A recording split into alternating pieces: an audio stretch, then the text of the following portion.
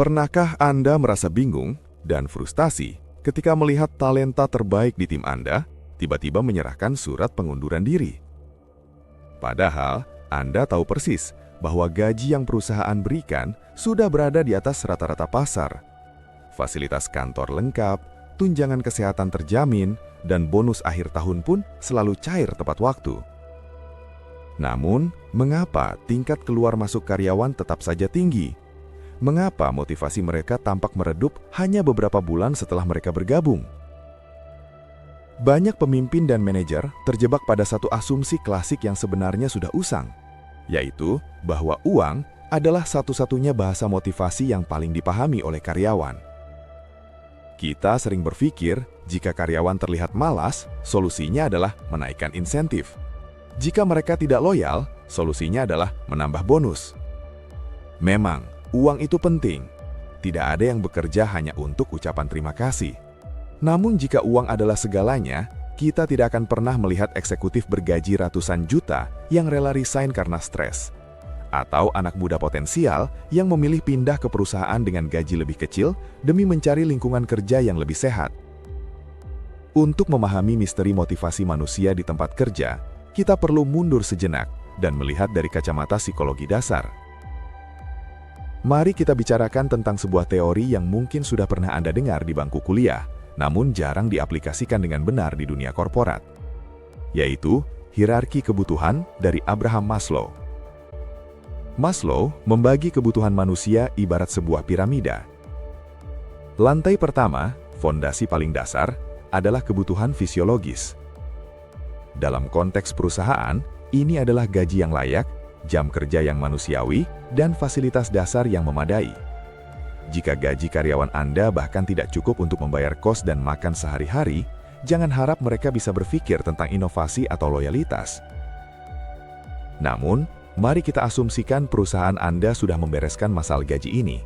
Apa selanjutnya? Lantai kedua adalah kebutuhan akan rasa aman. Karyawan butuh kepastian.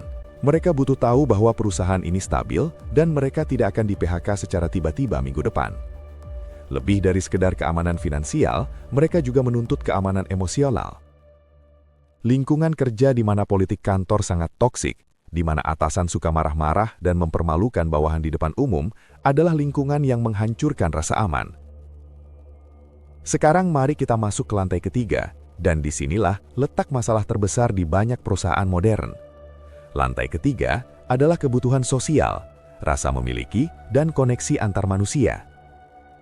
Untuk menjelaskan betapa pentingnya hal ini, mari kita ingat kembali sebuah mahakarya sinema, film Cast Away yang dibintangi oleh Tom Hanks. Dalam film tersebut, karakter utamanya, Chuck Nolan, adalah seorang eksekutif yang terdampar sendirian di sebuah pulau terpencil.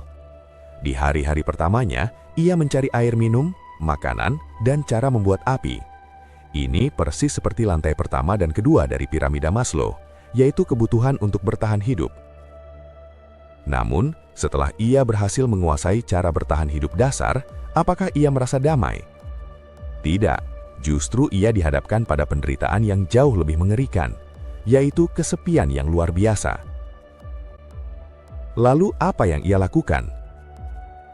Ia menemukan sebuah bola voli. Ia melukis wajah di atas bola itu, menamainya Wilson, dan mulai berbicara dengannya. Ia curhat kepada Wilson tentang ketakutannya. Ketika rakitnya hancur di laut dan bola voli itu hanyut, ia menangis histeris, meratapi kepergian sebuah bola voli dengan kepedihan yang sama seperti kehilangan manusia sungguhan.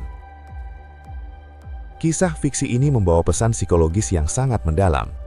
Jika seorang pria di pulau terpencil membutuhkan sebuah bola voli hanya agar otaknya tetap waras, bayangkan betapa kuatnya kebutuhan karyawan Anda akan koneksi sosial di tempat kerja. Banyak perusahaan mempekerjakan karyawan, menempatkan mereka di meja yang sepi, memberi mereka setumpuk tugas, dan berharap mereka berprestasi seperti mesin cetak. Pemimpin sering lupa bahwa karyawan juga membutuhkan Wilson mereka sendiri. Mereka butuh rekan kerja yang bisa diajak diskusi.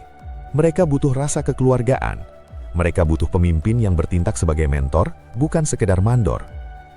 Jika budaya perusahaan Anda mengisolasi karyawan, maka secara perlahan jiwa karyawan Anda sedang mati kelaparan di tengah pulau kesepian korporat. Jika Anda berhasil menciptakan budaya tim yang hangat, Anda telah membuka kunci menuju lantai keempat, yaitu penghargaan. Penghargaan sejati adalah ketika pendapat mereka didengarkan saat rapat, ketika ide mereka diadopsi, ketika manajer menepuk pundak mereka dan berkata, "Saya sangat menghargai kerja kerasmu." Dan pada puncaknya, lantai kelima dari piramida Maslow adalah aktualisasi diri. Di tahap ini, karyawan bekerja bukan lagi sekedar cari uang atau mengejar pujian atasan. Mereka bekerja karena pekerjaan itu memberikan makna bagi hidup mereka. Karyawan yang mencapai tahap aktualisasi diri ini adalah karyawan yang akan menjaga perusahaan Anda seperti milik mereka sendiri. Mereka adalah pemimpin masa depan bisnis Anda. Jadi, mari kita refleksikan kembali peran kita sebagai seorang pemimpin. Tugas sejati seorang pemimpin adalah menjadi arsitek motivasi. Anda bertanggung jawab membangun piramida Maslow bagi tim Anda. Jika Anda menyadari bahwa sistem manajemen di perusahaan Anda saat ini masih terjebak pada cara-cara lama, Anda tidak perlu berjuang sendirian.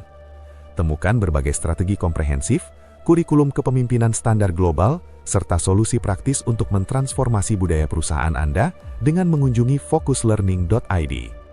Mari bersama-sama membangun ekosistem kerja, di mana setiap individu tidak hanya bertahan hidup, tetapi juga benar-benar tumbuh dan berjaya.